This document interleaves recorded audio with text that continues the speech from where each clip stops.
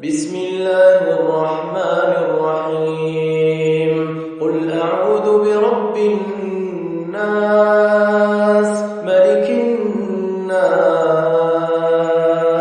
إله الناس من شر الوسواس الخناس الذي يوسوس في صدور الناس من الجنة والناس.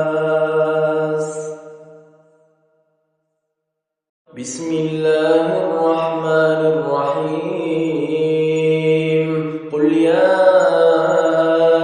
أيها الكافرون لا أعبد ما تعبدون ولا أنتم عابدون ما أعبد ولا أنا عابد ما عبدتم ولا أنتم عابدون ما أعبد لكم دينكم ولي دين.